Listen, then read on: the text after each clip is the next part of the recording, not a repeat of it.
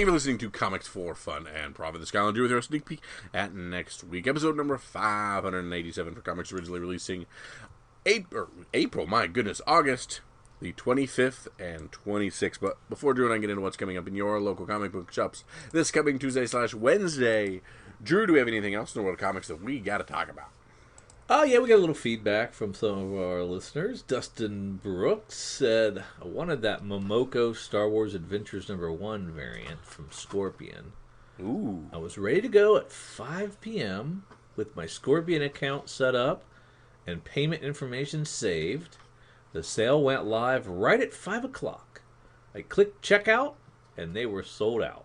500 Jeez. of the Virgin variants and 1,500 trade sold in less than 10 seconds. Is there anything more frustrating? No. How is that even possible? Yeah. Who knows how many pre-sold and bundle sold and are available right now on eBay for extra money. And ugh. Man, I hate that stuff. Yeah. No, there is a worse thing is, buying these things and then when they come in, they're damaged. And you can't get replacements. That is the worst thing. Yeah, I've seen that. Sorry, Dustin. That sucks. Aaron Churchill writes in with a series of questions. He says, it seems there is a slight but growing straight-to-graphic novel trend starting to happen slowly in the comics you talk about on the podcast, i.e. weekly single-issue comics. Though there is already a huge trade paperback hardcover YA market, like Smile by Raina Telgemeier, Dogman, etc.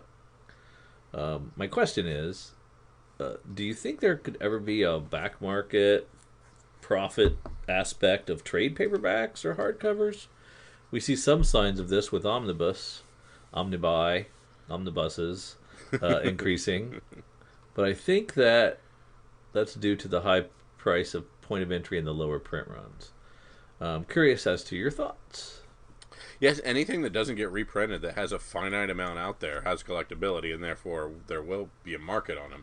But I know with a lot of trades, they just keep pumping them out, so there's no finite number on them. Yeah, I think, wasn't it Image that was doing variant covers on trades for a while, trying to do that, just that, and pump up the collectability of trade paperbacks?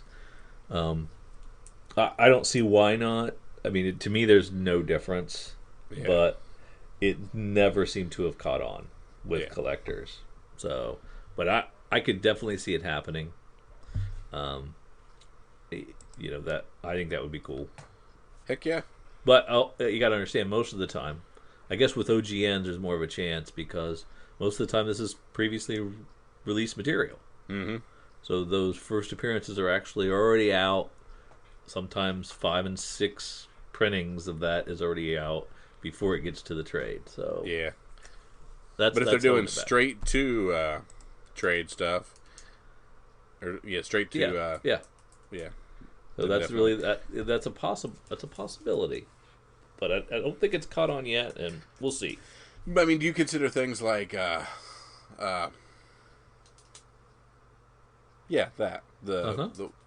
Joker book that's in trade that for some odd reason I'm blanking on? Killing Joke? Yeah, it's Killing Joke.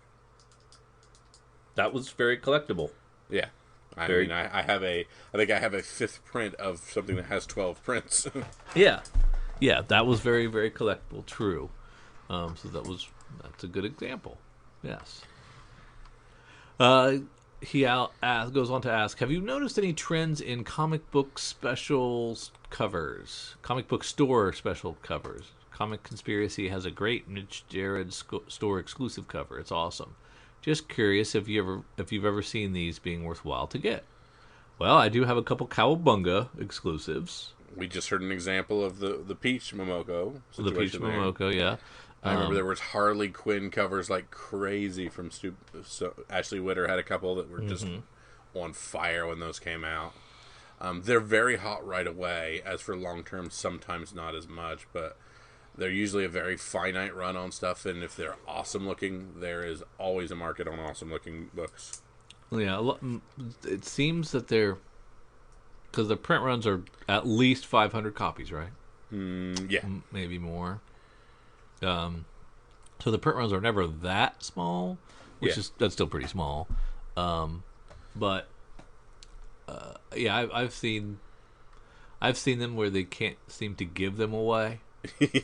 Yes. And then I've seen them where they're impossible to get. So yeah, I think if you like the cover, it does something for you, or you like the store and you want to support the store, those are good reasons to buy them. I wouldn't spec on comic book store variants. I don't think that's. I think it's too hit or miss. Mm-hmm. On the same note, do you think collectors should just collect? So maybe we should see an increase in the for-profit of smaller press books, like Kickstarter books, just to feed the beast. I think what he's saying there is, just instead of specking on stuff and going after these variants, you just collect comics and make runs and build collections like we used to. How dare you? I think that's what he's saying. Yeah, there's something to that. Sure. I mean, it's less interesting. I mean, I think the future of the comics industry is not superhero comics. It's not big two books. I think it's in the smaller presses. It's in the indie books. It's in the creator-owned sphere. That's where the industry is going to continue to grow. It's where the puck is going, per se. Well, I mean, I think we've already long peaked in superhero sales, and it just continues to dwindle and dwindle. So I think it's never going to rebound to its heyday. Superhero comics are just they're an aging demographic and there's less and less readers. So I think the only way. But we have Miles Morales, within the last decade superhero that has obnoxiously expensive books. Yeah, I mean, there's always, but we're still in the same. We still the same groups of collectors. Yeah, swapping books and selling and buying. Yes, that's true. And we're going to be talking about a lot of big two superhero books that are hot right now. I'm just saying, the future health of the industry, I don't think it's going to come from big two soup comics. It's going to come elsewhere, and but I think that's good because there's more voices there and more interesting topics. Definitely more interesting topics. Yeah. So you can only do too many capes and cows stories, and we've got plenty of opportunity to do that, and they've all been told. I still like them. I still read them, but I don't think that's the future. So, but yeah, everybody just buy more books. But to answer your question, everybody just buy more comics. Can't argue with that. Question 4: did you end up getting the yellow lightsaber Star Wars for cover price? Once it dropped, we will talk about that during our FOC. Yeah. We'll touch on that in a little bit. We don't want to spoil our segment that we have coming up. He said, here's a pre-order PSA. Next month's pre-orders, keep an eye out for this. John Ridley, who won an Oscar for writing 12 Years a Slave, writes, the other history of the DC universe. 3 years late, but it looks amazing. Probably more fun than profit, but we are in weird times, so you never know what's going to stick. 100%. And Jenny Frison has been killing it on Catwoman cover B's. And I know you are a fan of her Wonder Woman cover B's, so don't miss out on that. And Deceased Dead Planet 1 is getting a Momoko cover that's going to go on sale September 15th. So thanks for the heads up. We appreciate all that stuff, Aaron. Great questions. And we'll touch on your last question later in the segment. What do you want to do next, Kyle? We're going to do some hot 10? Heck yeah. Let's do some hot 10. All right, we're going to head over to our friends at comicbookinvest.com. We're going to look at their hot 10 comics, the big stuff that's moving right now, what is spiking right now, what do you need to react super fast to. And the number one book right now, moving on that market, is the Marvel Spotlight number 32. That is our first Spider-Woman. 24 to 48 month highs were set in multiple grades over the last 48 hours when it was announced that Olivia Wilde would direct a female Marvel movie at Sony. Since it is Sony, it has to be Spider-Woman, right? Speculators think so, and pretty much all copies of this book are friggin' gone. Yeah, and it's all over the gamut. One sold for $80, $75. Another sold for $350. 440, 175, 285. It's all over the place, and people are just snapping them up. So get them while you can, I guess. And no kidding. At number 2, we have Herogasm, number 1. An announcement that Jensen Ackles will be playing Soldier Boy in Season 3 of The Boys has pushed this previously $5 to $10 book up towards $50. And remember, Season 2 hasn't even dropped and won't for a couple more weeks. I was wondering. I said, wow, Season 3? I don't even remember Season 2, but okay. No kidding. At rank 3, Spider-Man number 234, second print.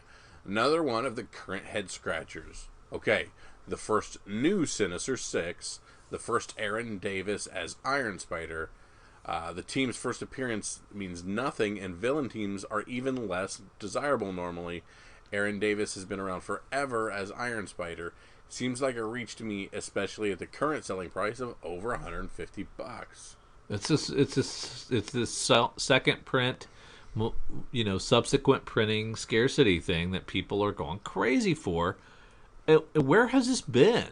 I don't understand. We talked about it before, the value of a different second print, but little did I know I just needed to go back a few years and collect the ones that are, rare. Yeah, but I mean, there's so many of them, and none of not all of them hit, and not all of them sold, and they all had. I don't know. It's weird. It's just weird. At rank 4, we have Star number 4, the Jen Bartel 1 in 25 variant, selling for $75, 3 times the ratio, simply based on the cover art alone. My guess is this one is a pretty short supply as well, as Star wouldn't be considered a book that most retailers would order 25 copies of, so there can't be many of them. Or 2 copies of. Yeah, or 2 copies of. At rank 5, we have another Jen Bartel 1 in 25, America number 8. You could have picked this up for $25, even just as much as a few months ago. This is a 2017 book. You still could have picked it up for around $50 a month ago. Now, this week, multiple sales between $150 and $200 range after the recent surge in America Chavez books. Huh. I did not know that. She does have a very... she has kind of a McKelvey vibe. Uh-huh. Yeah, her covers absolutely, there. 100%, yep. That's kind of interesting. Must use the same Photoshop filters. Yeah, Jen Bartel has not had any heat before, has she? And now we got 2 right here on this. I'm gonna have to take a look through my collection because I know I have some of her stuff. But yeah, that's great. At rank 6, we have Thor number 6, the Del Auto 1 in 50 variant. Regardless of what went on inside this issue, the cover was going to do awesome. Del Auto is still one of the best out there, and this doesn't disappoint. Selling for between $100 and $125 for a 1 in 50. But a 1 in 50 you're going to pay $85 for? Yeah, sometimes. Right? Yep. Yeah. New Avengers number 10 from 2013 by Jonathan Hickman. I heard a rumor that you should buy the first appearance of Thane. Then boom, copies are flying off eBay for $30 to $40. Not that this is a bad book. Been picking this up for quite a while based on back issue bins and stuff. Just consider, why is this heating up now? I don't get it. Yeah.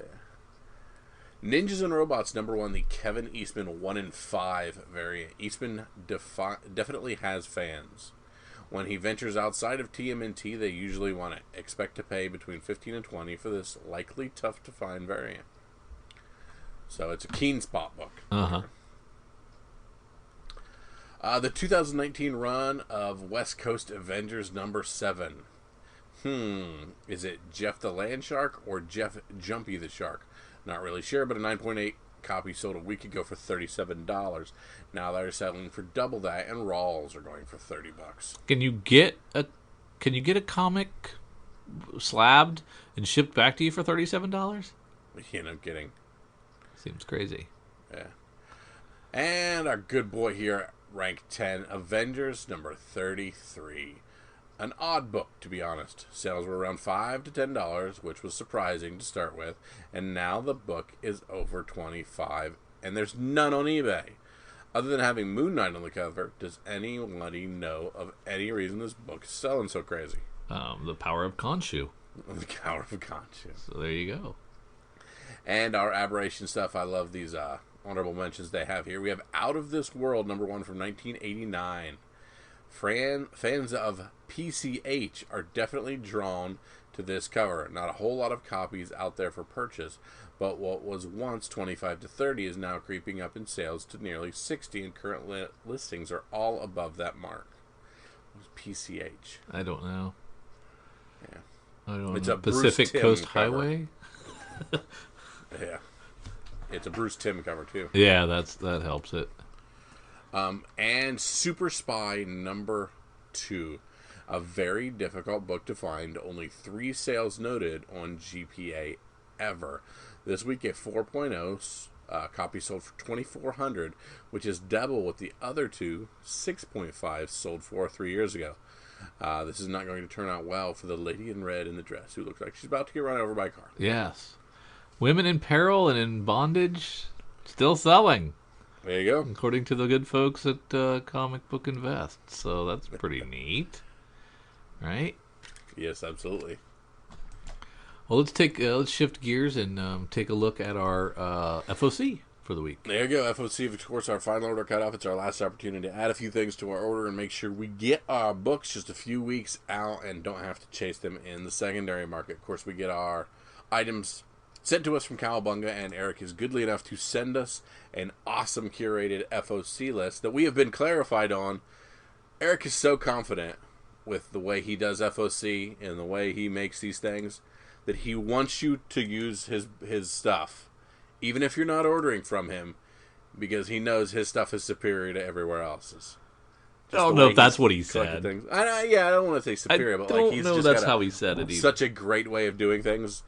That's what I think. Those are my words. Those are your words. I think he said feel free, because I know we had mentioned it last week that he doesn't mind if you use the spreadsheet and take it to your LCS and just order there. Just use it as a tool to order. And I backed off, but he followed up, and of course he doesn't mind. He encourages that. You're right. He does encourage its use. However, it's yours to use at your LCS, because even if they don't do final order cutoff ordering, maybe this will encourage them to do so, and make them a better shop. And if they won't, then maybe you have an alternative avenue. So yeah, maybe that's what Kyle was saying, and just less harsh. I apologize if I've offended the Drews of the world. Okay. And when we talk about this Star Wars 6, blah, blah, there's a note there. Okay. So Eric also features a few things that are hot that he thinks we need to make sure we get on our FOC. The things that he is spotlighting for us here are the Batman number 99, the Derek Chew cover B. And that is what's his face on the cover, and that is a really cool looking cover. I like that one. I talked about this one last week. The Deceased Dead Planet number 1, 4th printing Peach Momoko cover. This is a very early version of DC listening to people and doing different covers for secondary printings and additional printings. And we have an opportunity to snag this up here. Don't miss out on that. Kyle's not going to. Huh? Kyle will not miss out on it. I will not miss out on that. You Look Like Death, number 1 from Dark Horse. This is an Umbrella Academy book. Of course, Gerard Way and Sean Simon writing this. I've been watching a lot of Umbrella Academy, so this looks pretty cool. Good for Dark Horse. They need a hit of some sort. I hope this catches on because they're struggling. Yeah.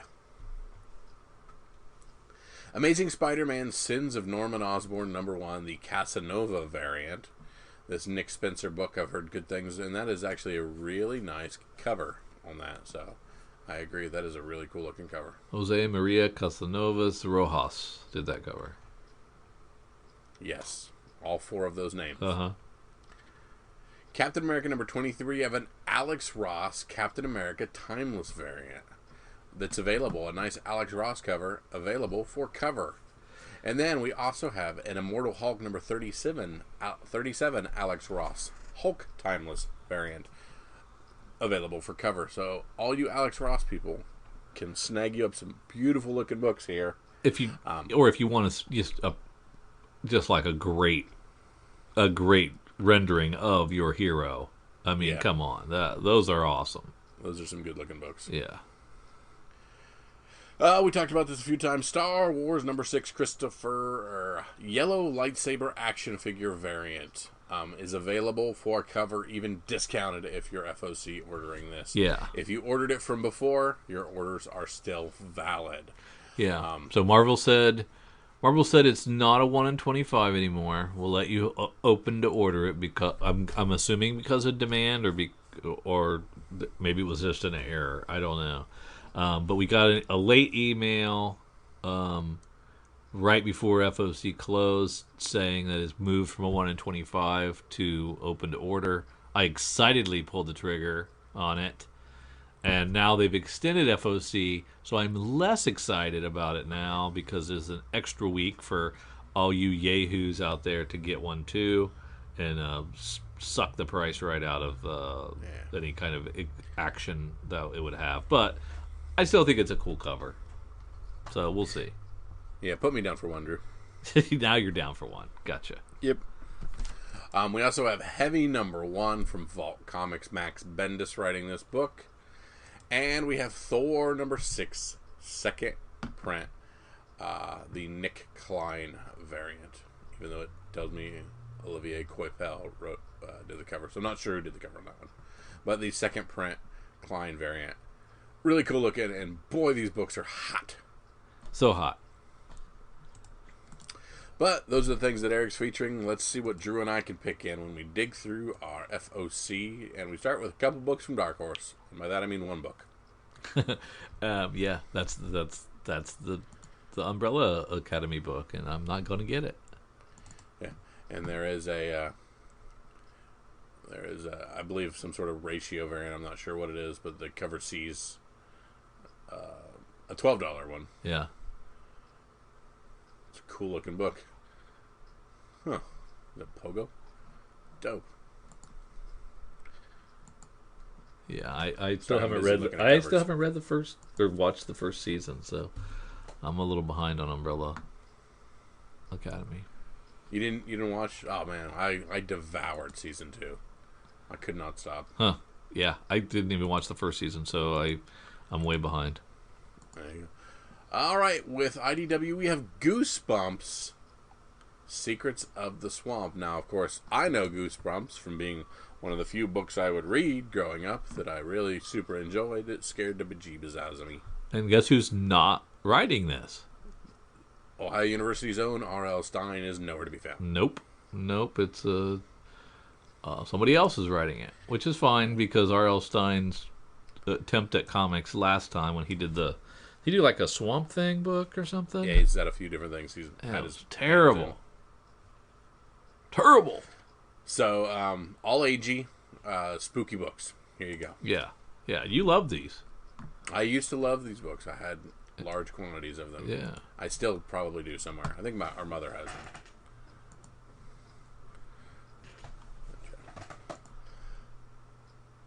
Nothing else in IDW for me. Yeah. Down to Image. Big Girls #2 already. Did you read the first one there? No. My life is with big girls. Let's see. Goddamn Virgin Brides #3. Save that one for you, my brother. Thank you. And not much. What about Stillwater there?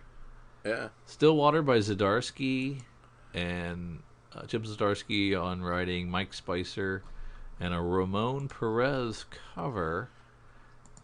Series premiere of Stillwater. Nobody dies in the town of Stillwater. That's not just a promise; it's a threat. I read those preview pages. I think there were preview pages in one of the maybe Sex Criminals. Might have been a Sex Criminals book, and I liked it. I liked what I read. So keep your eye on that. Now, Drew, what is the collectability of a Jupiter's Legacy trade paperback being re-released with a small sticker on it that says Netflix show? None. Okay, just checking. But putting them in your shop, I imagine it leads to intrigue from people. Yes, helps sales, right? Is this the last Outcast? No. No, still no. I think that's probably going to end at 50, right? Yeah, that's what I was thinking. And let's see what we got from Marvel. Are you going to be reading this Sins of Norman Osborn? Maybe. Is it Spencer writing? Yes. Oh, Otley doing the cover? Maybe. Except for this Jose Maria Casanova Rojas variant. Just really good looking. Yeah. I don't. I mean, I'll sample this one probably. I'm glad he pointed out this timeless variant. I really like that Captain America cover. Mm-hmm. Is it? So he's doing timeless covers for like all the. Ooh, there's a storm down there in X-Men. That's really nice. Yeah. Yeah, that's good. That is good. Keep my eye out for that. What is the Iron Man's got one here. What's it look like? Oh, it's shiny. It is watercolory and shiny. Very paintery. That's nice. I would love to have Is there Star a Moon Knight Wars, timeless? Those timeless. Let's do the whole Star Wars series with those timeless covers. Oh man, that's what I want. Yeah, that would be cool. I want Alex Ross to give me a Darth Vader bust in that painted style. But back to things that are actually available. Let's see what we got here. Captain Marvel 19 going to a second print. And this is the the first Laurel L, right? I believe so.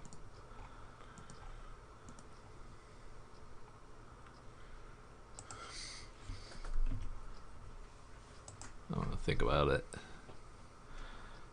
I want to think about that one.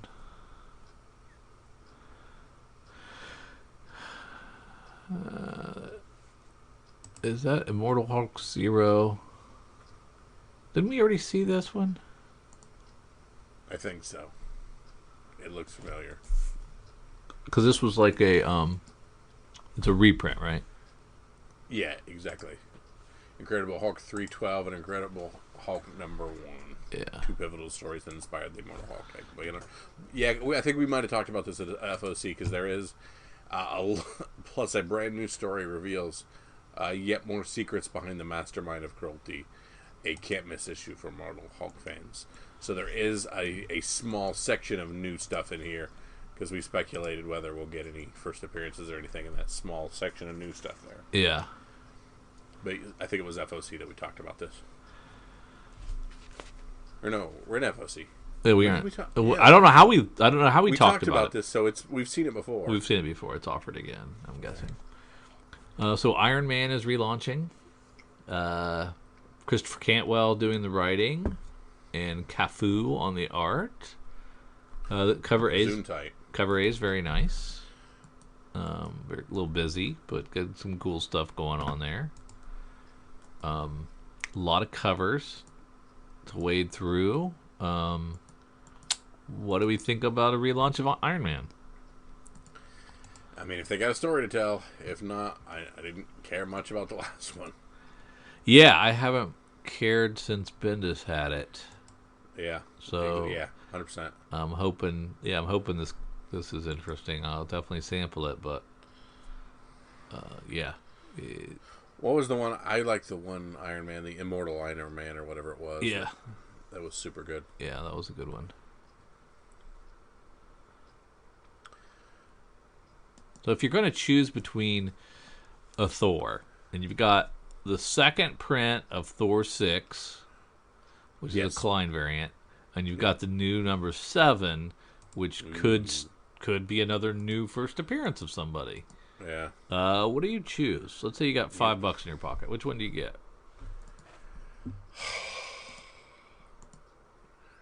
I go for the second print. Yeah, I think I do too.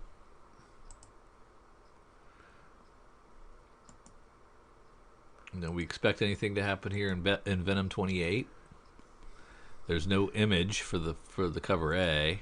Mm-hmm. It says an entirely different foe rears its monstrous head as Eddie and Dylan try to find their way. So it's maybe a new villain, a new foe for.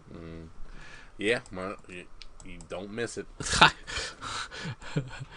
You just chase Donny Cates around, whatever he does, and I mean, yeah, just it works out well for you when you do. Yeah, it doesn't seem to hurt anything. If you look at the X-Men Marvel Snapshot cover, that's an Alex Ross as well, and that's a great Cyclops on the cover. Yeah, that first one, cover A. Very nice.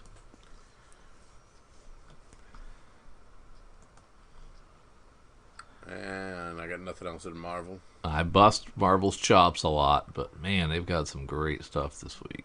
Yeah.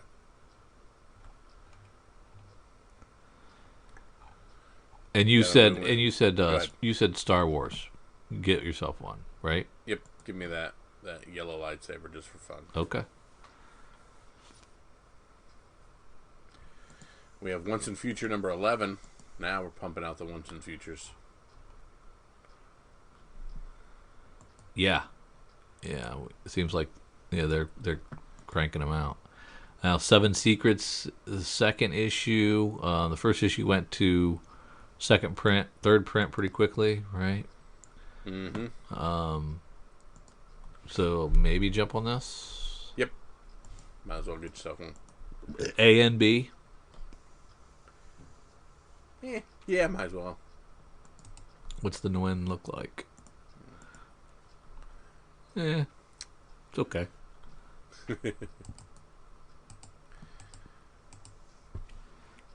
Down in Vaults, we talked about Heavy number 1.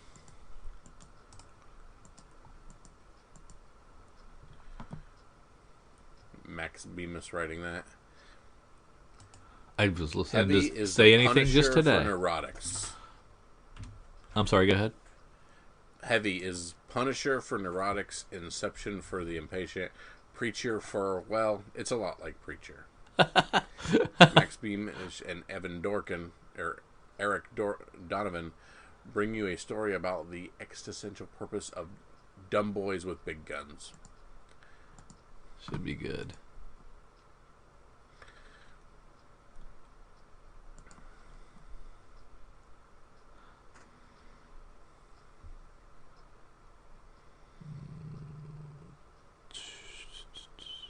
Down here in Titan, not seeing anything.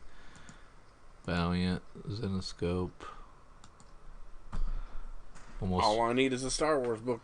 Well, I forgot about DC. Oh, yeah. Now that DC's at the end, it's weird.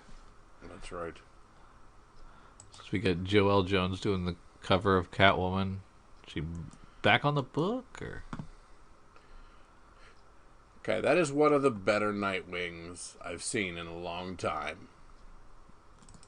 On that 1 in 25. But I ain't paying 50 bones for it. Well, I don't even see it. Where is it at? Okay, so we're down into DC, right? Yeah. We're on Batman 99. Oh, okay. The 1 in 25. Yep. Let me look. Oh, it's great. Yep. Classic.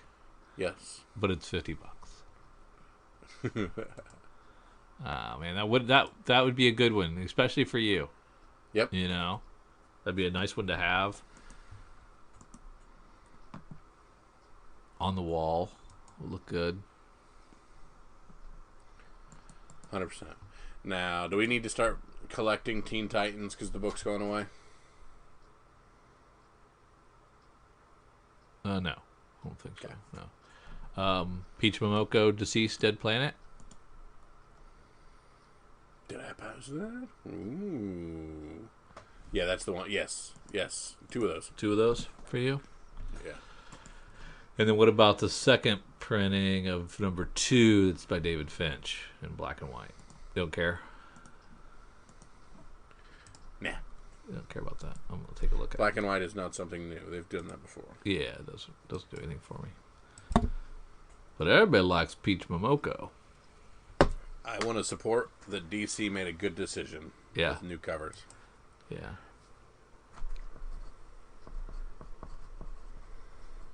All right, that's all for me for FOC.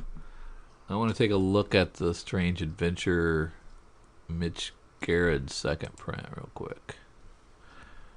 I don't remember what the first cover looked like. He's just marking it up with with extra pen marks and stuff. Yeah, it's just graffitied or something. That's kind of a neat idea.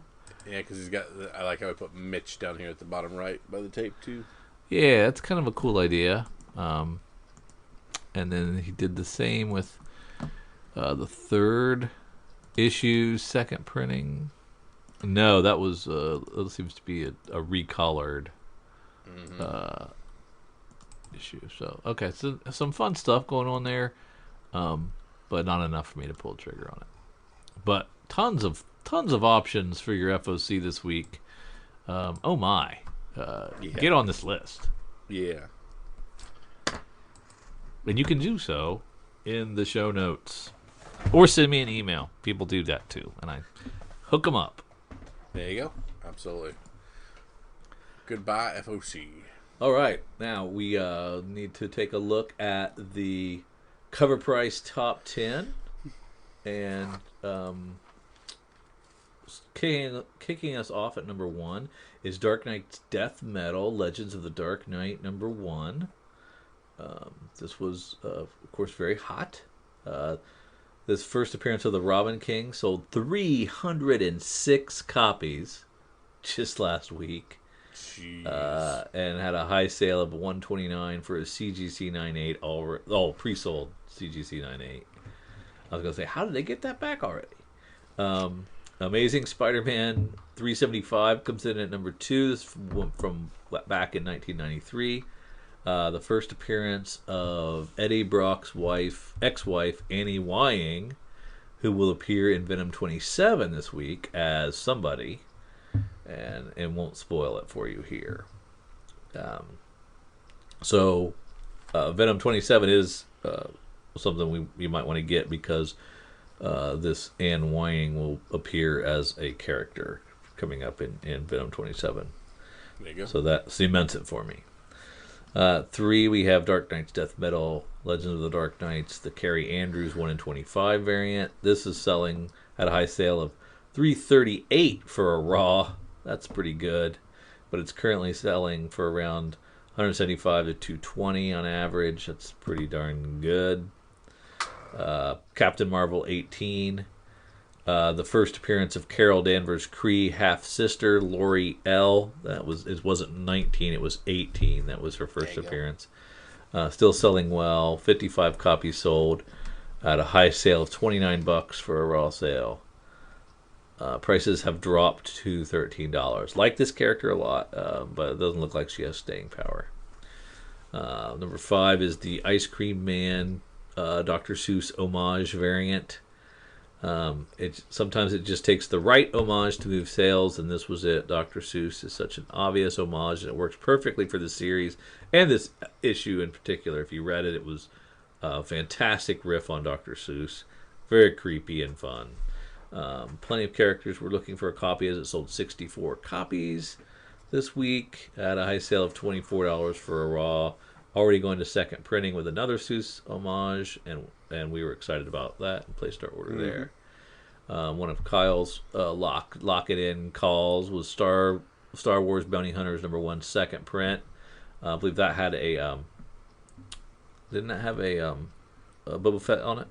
Yeah, that is the regular Boba Fett, and then we have been offered a third variant, which is a colorless except for the explosion. Yes.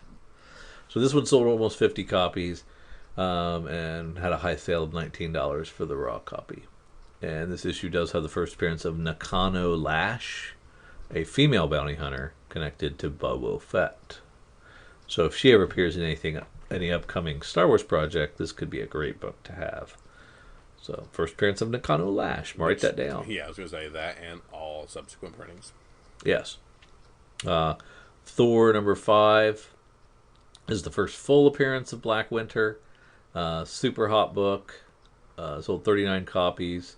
Had a high sale of $400 for a CGC 9.8. Jesus Christ. Venom Lethal Protector #2 from way back in 1993 when the world was great. This issue is the first appearance of the Venom villain team called the Jury. This includes characters by the names of Bomb Blast, Firearm, Sentry, Screech, and Ramshot. There is speculation that Ramshot is Virus in Donny Cates' current Venom storyline, hence the increase in sales for this issue. This connection is directly due to the similarities in their suits. So we don't have to wait too long for the identity of Virus. It's supposed to be revealed in #27. So that's coming up. This speculation sold 31 copies and had a 7-day trend of 128% and a high sale of $90 for a 9.8. Then we have Venom 26, the first appearance of Virus, sold 38 copies and had a high sale of $100 for a CGC 9.8. Thor 4 second printing.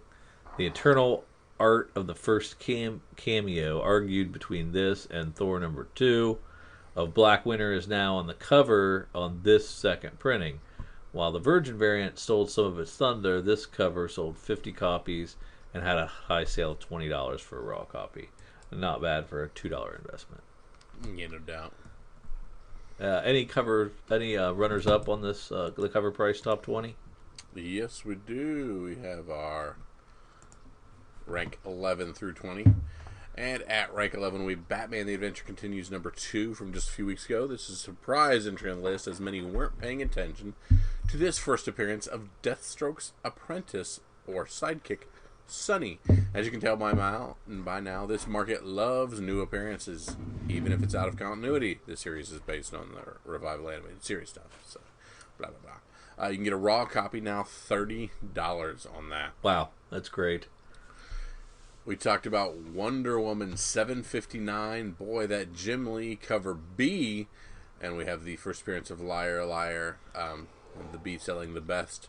22 copies, $26 for a raw. We've talked about Venom printings. We got Venom 25, the second print. People love these subsequent prints. First cameo of Virus, and boom. High sale of $150 for a 9.8 CGC.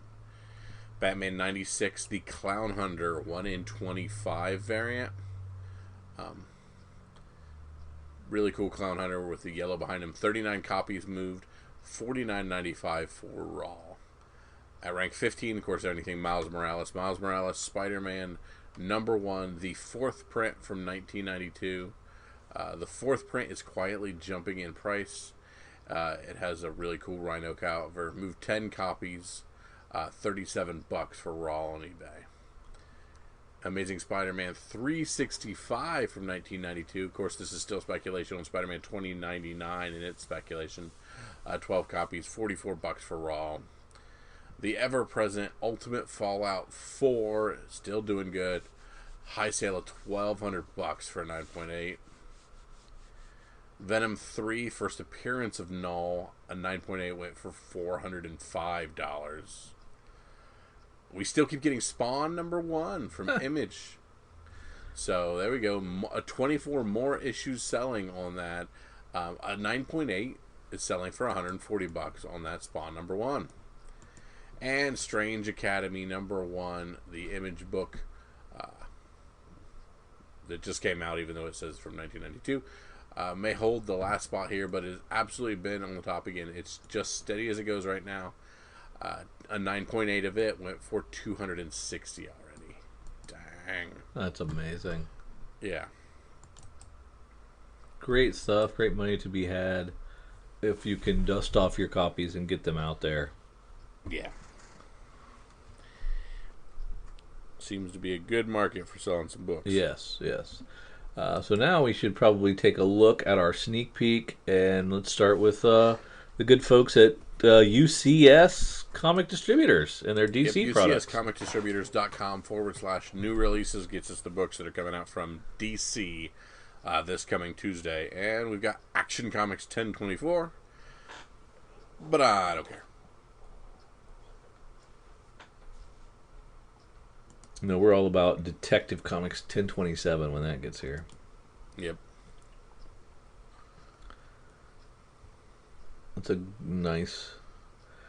I mean, this is a nice complement of covers that they're cranking out. I really enjoy some of the work. There's a Jai Lee for you to support your boy. Oh, yeah.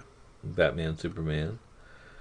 Then we do have a Batman 3 Jokers sighting. This is going to be a big one, I think. Exciting book. Yep. Jeff Johns. We got a 1 in 25. We got a 1 in 100. We got a premium Red Hood variant. We got a premium Joker Fish variant. We got a premium Bomb variant. Plus a regular A and B cover. Just awesome stuff.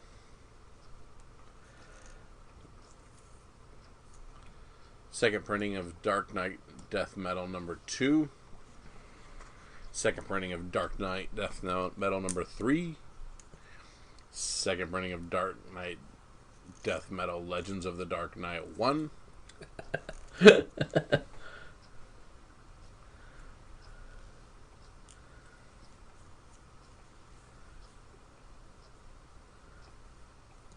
Good looking stuff. Yep, a lot of good stuff, but other than 3 Jokers, that's all I'm interested in. It's all about the 3 Jokers for me. Yeah, I think 3 Jokers is going to dominate this week. There's a Josh Middleton B cover for Wonder Woman 761, which is really nice. But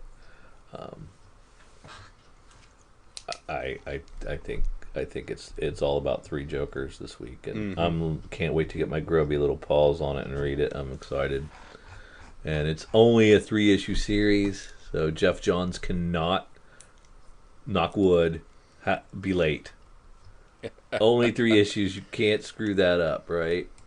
Correct. So I'm excited to have a nice tight story, in and out, perfect. Let's slide over to Previews World and take a look at the rest of the comic world that comes out on Wednesdays.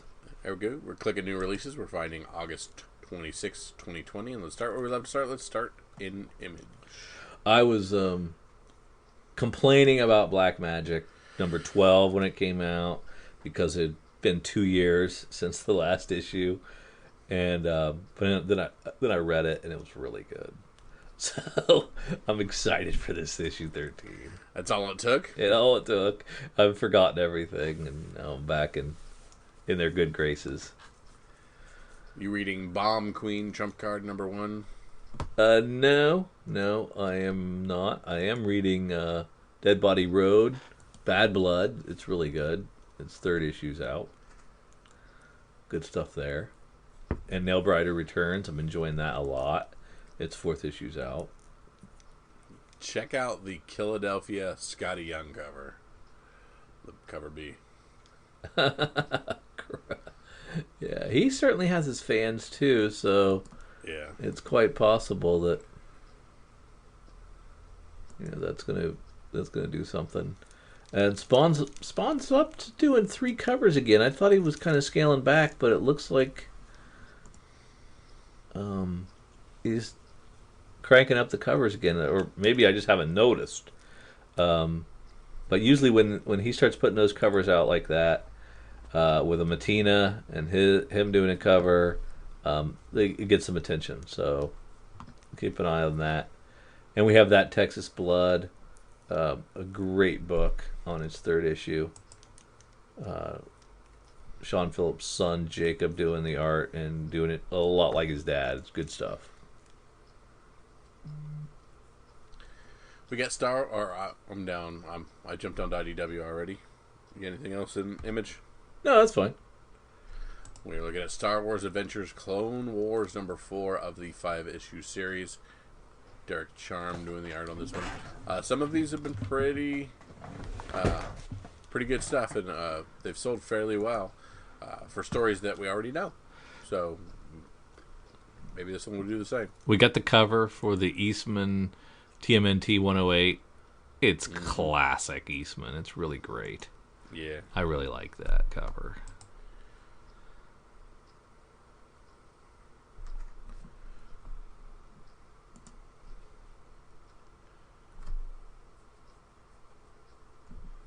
Down into Marvel. With the Mark Bagley cover, that's great. I love that B cover there. And it all seems to be leading up to Amazing Spider-Man Legacy 850. So they're going to make a big deal out of that. Mm-hmm. Because it ends in a 0.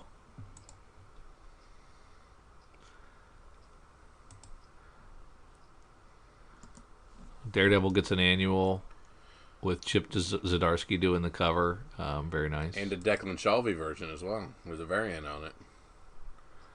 Yeah, Declan's okay. I like the Declan better. Do you? Yep. Well, you're allowed. Yeah. I will allow you your own opinion. I like that Ed McGuinness variant for Fantastic Four Antithesis #1. That's pretty classic. Really good Fantastic Four art. Silver Surfer, Galactus, all in there. It looks really great. Immortal Hulk 35 going to a second print. A sketch variant on that one. I want to see Alex Ross colored. The third issue of Spider-Man Noir gets me real excited. The first 2 issues have been great. Really a different type of book for Marvel, and I've really enjoyed it. Strange Academy #1 getting a third print. Get it. Yeah. Thor 2 getting a 4th print. Get it. Isn't that the one they said was already pre-selling for $30? I think so.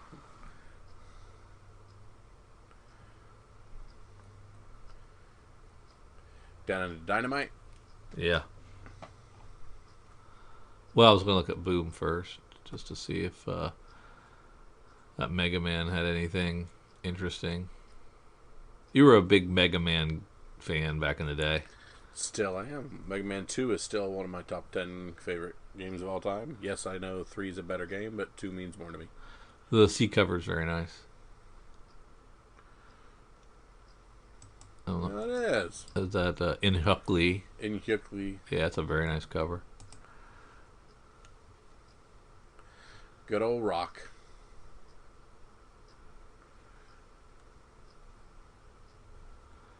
So as we go down to the smaller publishers, I guess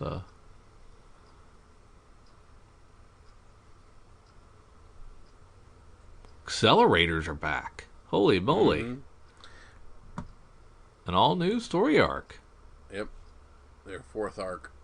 I missed that during FOC. Well, they're probably not FOC. Yeah, they're not. Not everybody is FOC. Billionaire Island has a 5th of part 5 of a 4-issue series. What? How does that work? So we got an extra issue. That's cool.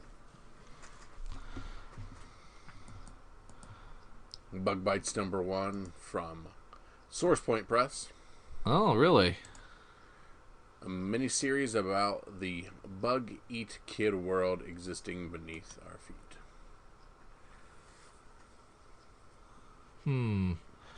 That's interesting. I don't know Corrine Roberts. Grit did very well in its first print, if I remember. It was selling quite well, and we got the second one on Grit number 2. Yeah.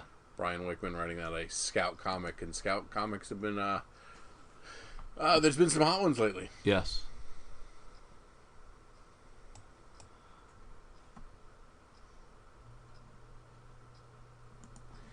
Year Zero from Artists, Writers, and Artisans, the 4th issue of Ben Percy's, 4th of 5, the penultimate.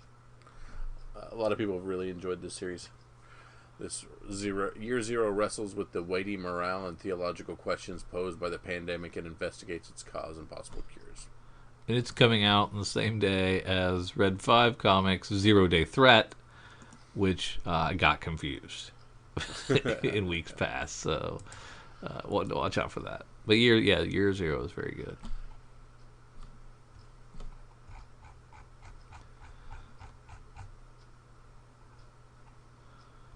Excellent. Drew, this is the point of the podcast where I ask you for your pick of the week. What's the one thing that you gotta make sure you get? You go back and you make sure you're waiting in line at your LCS, because, boy, you gotta have that book. I gotta have 3 Jokers. There you go. Gotta have it. And I'm just gonna go with A cover because some of those other ones are they're a little high. So I'm not going to pull the trigger on those. And I'm going to go ahead and say Strange Academy number 1, 3rd print.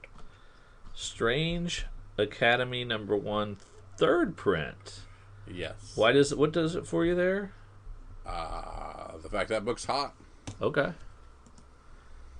And is that the one where he's recoloring? Say what? Was that Mitch Jared's doing something? Humberto Ramos. I think it's kind of a similar cover, but yeah. Okay. Fantastic. Strange Academy 3. No, Strange Academy 1, 3rd print. Number 1, 3rd print. Yep. 1, 3rd print. Nice. But if there's things you disagree with, if there's another book on this list that you think is a better lock than these books, please let us know. Be part of the podcast. Find us on the Twitters, on the Facebooks, on the Instagrams. Send us some stuff at our Gmail account. Be part of the podcast. Write in. Tell us if you're making some money off things, if you're finding things to sell. If you agree or disagree with us on any of these things, please let us know what you think. Be part of the podcast. We'd love to hear from you. So we thank you so much for joining us. For Drew and for myself, see ya.